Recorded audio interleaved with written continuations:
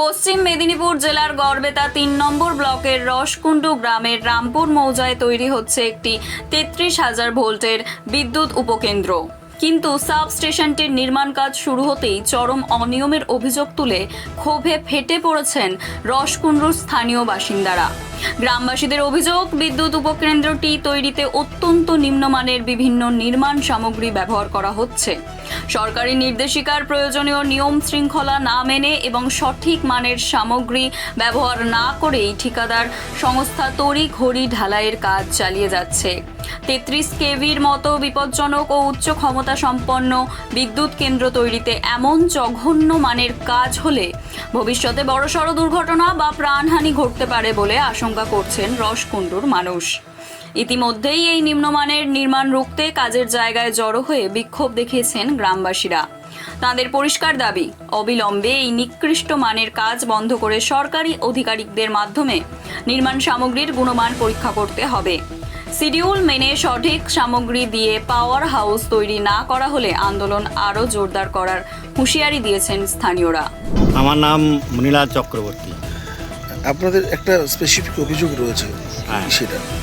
সেটা হচ্ছে যে এখানে একটা পাওয়ার স্টেশন হচ্ছে, আপনারা জানেন তো। এখানে যে একটি ঢালাই হওয়ার কথা ছিল, যে ঢালাইটির উপরে আপনার মেশিন এবং ভারী ভারী জিনিসপত্র থাকবে, আমরা লক্ষ্য করলাম গ্রামবাসী হিসেবে যে ভেতরে কোনো স্যান্ড ফিলিং না করে মোরাম এবং মাটি দিয়ে ঢালাই করার একটা চেষ্টা করা হয়েছে। আমরা এর বিরোধিতা করেছিলাম এবং আমরা বলেছিলাম যে এই কাজ এখন সাময়িক বন্ধ থাকবে, এজেন্সি আসবে, ইঞ্জিনিয়াররা আসবে, তাদের সাথে আলোচনা করে আমরা সিদ্ধান্ত গ্রহণ করব।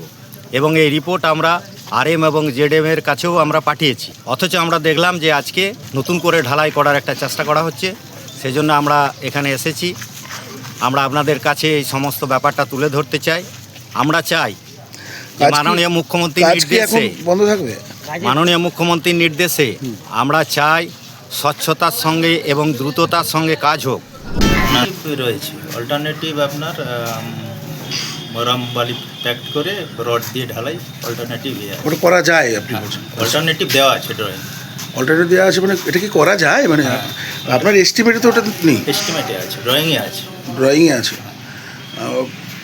এতে কি মানে কনস্ট্রাকশনটা ভালো হবে বলে? অবশ্যই ভালো হবে। ইট বিছিয়ে আপনার রড দিয়ে জালি করে হচ্ছে, মানে আপনার অবশ্যই মেজা। সেটা কি অল্টারনেটিভ? আমরা বালি দিলে বালির আমরা পাবো, বালি না দিলে বালির পাবো না।